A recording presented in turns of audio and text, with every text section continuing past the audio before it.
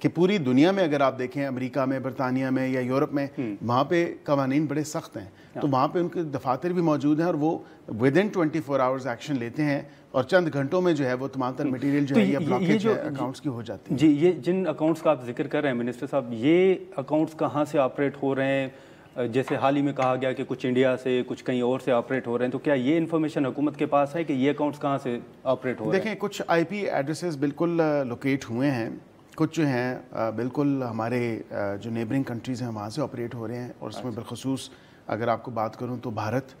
سر فہرست ہے, کیونکہ بھارت آپریشن بنیان مرصوص کے بعد جو اس کی اب اپنے زخم چاٹ رہا ہے, جو اس کو ایک تضحیک آمیز جو اس کی شکست ہوئی ہے, اور اس کو دیکھیں کہ کیا اس کے ساتھ بیتی ہے, تو اب وہ پورے ڈپلومیٹک جو کمیونٹی ہے اس کے ساتھ بھی جو اس انگیجمنٹ کے بعد اس کو خیر کچھ حاصل نہیں ہو سکا. تو جب حاصل کچھ نہیں ہوا اور وہ کچھ گین نہیں کر سکے اور کچھ اپنا جو ان کا مدعا تھا وہ بیان نہیں کر سکے, یا جو سمپتھیز تھیں دنیا کی فیکچوئل پوزیشن پہ وہ گین نہیں کر سکے, تو پھر ظاہری بات ہے کہ اب وہ اوچھے کنڈوں پہ آ گئے ہیں. This is one of those issues and areas جہاں پہ وہ فلی سپورٹ کر رہے ہیں, not financially but also digitally as well. تو ان اکاؤنٹس کو اور اس کے ساتھ ساتھ ان کے جو فرنٹس ہیں, کیونکہ اس میں I S K P, B L A, B L F, A Q I S, F A K, یہ جتنی بھی پرسکرائبڈ آرگنائزیشنز ہیں یا جو سینکشنڈ ہیں امریکہ, برطانیہ سے اور یو این سے اور پاکستان سے بھی, تو یہ تمام تر معاملات اسی طرح کہ وہ ان کی سپورٹ کر رہے ہیں, ان کی بیکنگ کر رہے ہیں, کچھ افغانستان سے آپریٹ کر رہے ہیں. تو ہم بالکل اس چیز کے مائنڈفل ہیں, اور جو ڈیپر ایک ویب ہے وہاں پہ بھی ان کی آپریشن کی کچھ ہمیں شواہد ملے ہیں, تو ہم اس کو بھی بالکل ایڈریس کر رہے ہیں اس ایشو کو. اور یہ تمام تر معاملات اسی طرح کہ ہمارے قوانین تو یہ وائلیٹ کر ہی رہے ہیں, لیکن بین الاقوامی قوانین بھی اور نارمز بھی جو ہے یہ وائلیشن اس کی. لیکن منسٹر صاحب یہاں پر ایک نکتہ, جیسے آپ نے کچھ درخواستوں اور کمپلینٹس کا آپ نے ذکر کیا, اب اگر آپ کی بات نہیں سنی جاتی ان کمپنیز کی جانب سے, تو پھر آپ کے پاس الٹرنیٹ کیا آپشنز ہوں گے؟ آپ کیا وہی راستہ ہوگا کہ ایکس کو بند کر دیا جائے جیسے یوٹیوب کو ماضی میں بند کر دیا گیا, پھر آپ کے پاس آخری حل یہی ہوگا؟ دیکھیں, نہیں, آخری حل تو میں یہ نہیں کہہ سکتا. میں یہ ضرور کہہ سکتا ہوں آپ کو کہ اس تمام تر ایشو کے اوپر ہم نے ابھی پیچھے واٹس ایپ کے کئی ایسے کمیونٹی گروپس تھے جو بلاک ہوئے, اور وہ رپورٹنگ, اسی لیے ہم نے نہ صرف انٹرنیشنل میڈیا کے ساتھ انگیج کیا کہ یہ اپلیکیشنز آ کے یا یہ جتنی بھی سافٹ ویئرس ہیں یا جتنی بھی سوشل میڈیا کی کمپنیز ہیں یہاں پہ آ کے اپنے دفاتر کھولیں تاکہ ایک سوئفٹ ایکشن لیا جائے ان کے خلاف. بلکہ اس کے ساتھ ساتھ ہم نے اپنے سٹیزنز کو بھی کہا اور دنیا کو بھی کہا کہ ان اکاؤنٹس کے خلاف یا یہ جو مواد سامنے نظر آ رہا ہے ان اکاؤنٹس پہ, ان کو رپورٹ کیا جائے, اور وہ رپورٹنگ کے تھرو بھی ان کو ڈسمینٹل کیا گیا ہے, اور کئی اکاؤنٹس بلاک ہوئے ہیں اور وہ ایگزسٹ نہیں کرتے. اب دوسرے میکنزمز بھی ہمارے پاس ہیں, جس طرح فار ایگزامپل میں آپ سے کہوں کہ بالکل ان کو بلاک کرنا, ہم اپنے تئیں تو بلاک کر سکتے ہیں, لیکن کافی ایسے ایشوز بھی آ جاتے ہیں جس میں کمیونٹی گائیڈ لائنس کا جو پرووائڈر ہے وہ سمجھتا ہے کہ وہ وائلیٹ نہیں ہوتی, حالانکہ کلیئر کٹ وائلیشن ہے ہمارے لاز کی, ہمارے انٹرنیشنل اور گلوبل نارمز کی, اور اس کے ساتھ ساتھ کمیونٹی گائیڈ لائنس کی. تو وہ پرووائڈر سمجھتا ہے کہ شاید اس کی وائلیشن نہیں ہو رہی اور یہ فریڈم آف انفارمیشن کے زمرے میں آتا ہے. تو ہم کسی کا حق نہیں سلب کر رہے, ہم بھی فریڈم آف انفارمیشن میں اتنا ہی بلیو کرتے ہیں اور ہم بھی اس کو سپورٹ کرتے ہیں. بس یہ تھی حکومت, لیکن ہماری درخواست اور گزارش صرف اتنی ہوگی کہ یہ کم از کم ان کے خلاف جو سوئفٹ ایکشن جس طرح دنیا پوری میں لیا جاتا ہے, ہم بھی ان کے خلاف سوئفٹ ایکشن لینا چاہتے ہیں, تاکہ یہ پاکستان کی جنگ نہیں ہے, یہ دنیا پوری کی جنگ ہے. پاکستان تو اس پوری جنگ میں 2 دہائیوں سے اوپر ایک فرنٹ لائن یا بلواک کے طور پہ وہ کام کر رہا ہے پوری دنیا کے لیے. ایک کہہ لیں سیسا پلائی دیوار کی طرح ہم کھڑے ہوئے ہیں. لیکن حال ہی میں آپ نے سی ایم گنڈا پور صاحب کی ایک گفتگو سنی ہوگی, جو ان کا ایک اہم بیان تھا دہشت گردی کے حوالے سے, اس کے خاتمے کے حوالے سے, اقدامات کے حوالے سے. انہوں نے کہا کہ جس دہشت گرد کو ہم گرفتار کرتے ہیں اس کو چھڑوا لیا جاتا ہے. ایک تو یہ بتائیے گا کہ اس بیان کو حکومت کس طرح دیکھ رہی ہے. دوسرا, یہ جو آئی ایس ایس کے حوالے سے کہا جا رہا تھا کہ شاید بلوچستان میں کوئی موجودگی ہے یا خیبر پختونخوا میں, اس حوالے سے کوئی انفارمیشن شیئر کرنا چاہیں گے کہ کس حد تک؟ دیکھیں, ان کے ویریس فیکشنز ہیں, وہ ڈائریکٹلی اگر آپریٹ نہ کریں تو ان کے آگے جو سب فیکشنز ہیں, مثال کے طور پہ زیادہ تر کام تو BLF اور BLA والے کر رہے ہیں اور ان کو بالکل سپورٹ ملتی ہے بھارت کی طرف سے. اور باقی جو دیگر فیکشنز ہیں TTP کا دیکھ لیں اور ISKP کے حوالے سے دیکھ لیں, FAK کے حوالے سے دیکھ لیں, AQIS کے حوالے سے دیکھ لیں, تو یہ مختلف آرگنائزیشنز ہیں, مختلف جو ہیں یہ گروپس ہیں اور سب گروپ سب تو فارم ہو چکے ہیں. جو بیان آپ نے بات کی میں سمجھتا ہوں کہ سیاہ و سباق سے ہٹ کے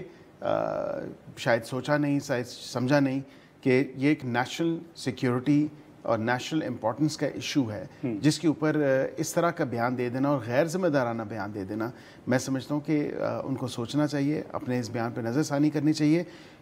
ریاست پاکستان اور حکومت پاکستان کے نزدیک کوئی گڈ اور بیڈ طالبان نہیں ہے. یہ تفریق یا تفرقہ پچھلی حکومت جو PTI کی اپنی گزری ہے اور اس کے ساتھ اس وقت کی اسٹیبلشمنٹ جو تھی, یہ شاید وہ انہوں نے ڈالا ہوگا یا وہ سمجھتے تھے کہ یہ گڈ اور بیڈ طالبان, کیونکہ TTP کے لوگوں کو دوبارہ ٹرائبل ایریاز میں کون لے کے آیا, تو یہ وہ سمجھتے ہیں کہ اگر یا وہ سمجھتے تھے کہ یہ تفریق یا تفرقہ ڈالنا چاہیے یا ڈسٹنکشن ڈرا کرنی چاہیے. ہمارے نزدیک کوئی گڈ اور بیڈ طالبان نہیں ہے. ہمارے نزدیک جو طالبان